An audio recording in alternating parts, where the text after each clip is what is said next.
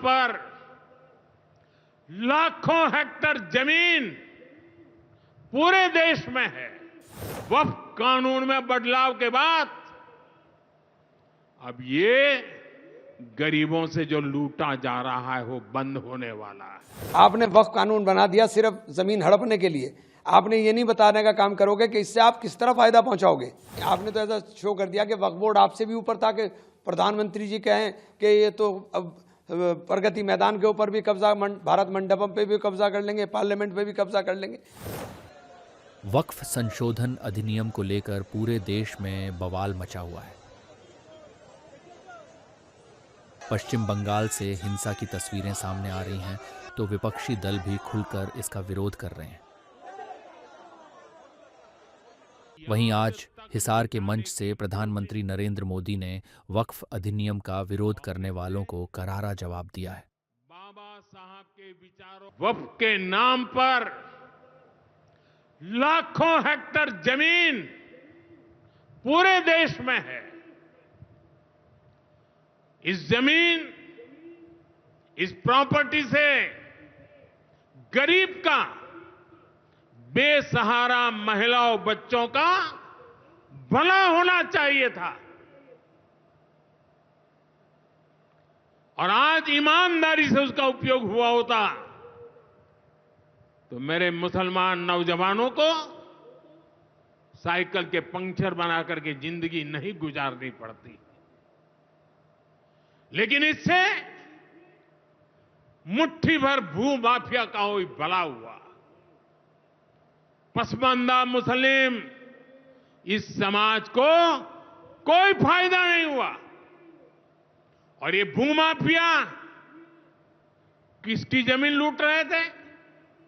ये दलित की जमीन लूट रहे थे, पिछड़ों की जमीन लूट रहे थे, आदिवासी की जमीन लूट रहे थे, विधवा महिलाओं की संपत्ति लूट रहे थे। सैकड़ों विधवा मुस्लिम महिलाओं ने भारत सरकार को चिट्ठी लिखी, तब जाके कानून की चर्चा आई है। वक्फ कानून में बदलाव के बाद अब ये गरीबों से जो लूटा जा रहा है वो बंद होने वाला है।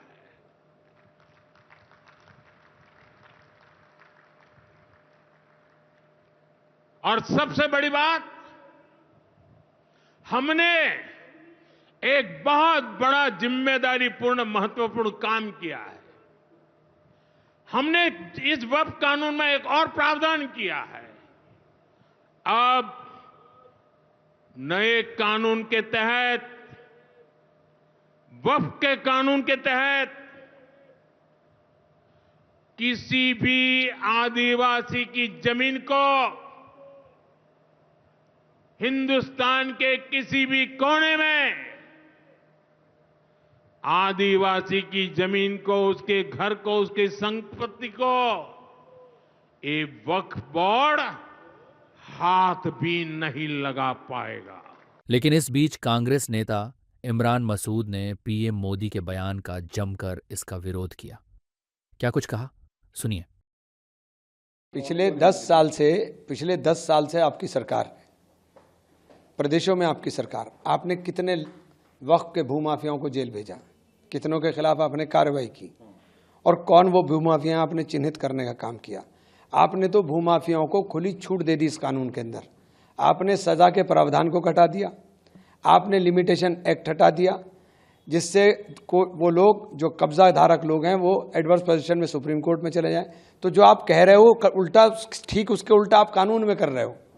तो आपके कहने में और करने में, दोनों में बहुत फर्क है। दूसरा, उन्होंने अभी ये भी कहा है कि मुस्लिम कांग्रेस जो है वो तुष्टीकरण की राजनीति करती है, मुस्लिम समुदाय को कोई फायदा नहीं पहुंचाया आज तक, उनको शिक्षा से वंचित रखा, उनको गरीब रखा, उनको कुरीतियों में बढ़ाया। आपकी 10 साल की सरकार ने अलीगढ़ मुस्लिम यूनिवर्सिटी का फंड लगातार घटा दिया क्योंकि उसके पीछे मुस्लिम लगा हुआ है। आपकी 10 साल की सरकार ने अल्पसंख्यकों को मिलने वाली छात्रवृत्ति को खत्म करने का काम कर दिया। आपकी 12 साल की सरकार, 11 साल की सरकार ने जो मदरसे हैं उनको लगातार बंद करने का काम कर दिया। तो आप कर कुछ रहे हो, बता कुछ रहे हो। आप ये बताइए कि पसमानदा मुसलमान की आप बात करें तो पसमानदा मुसलमान के बच्चों की छात्रवृत्ति क्यों बंद की? क्या आप दोबारा शुरू करेंगे? देने का काम करेंगे। आपने वक्फ कानून बना दिया सिर्फ ज़मीन हड़पने के लिए, आपने ये नहीं बताने का काम करोगे कि इससे आप किस तरह फ़ायदा पहुंचाओगे। भाई सरकारें आपकी हैं, वक्फ बोर्ड हमेशा सरकार के अधीन रहा, वक्फ बोर्ड कोई ऐसा तो है नहीं। आपने तो ऐसा शो कर दिया कि वक्फ बोर्ड आपसे भी ऊपर था, कि प्रधानमंत्री जी कहें कि ये तो अब प्रगति मैदान के ऊपर भी कब्जा, भारत मंडपम पे भी कब्जा कर लेंगे, पार्लियामेंट पे भी कब्जा कर लेंगे। तो ऐसी लच्छेदार बातें आप बोल रहे हैं जो तथ्यहीन है और आधारहीन है। ये मुमकिन ही नहीं हो सकता है।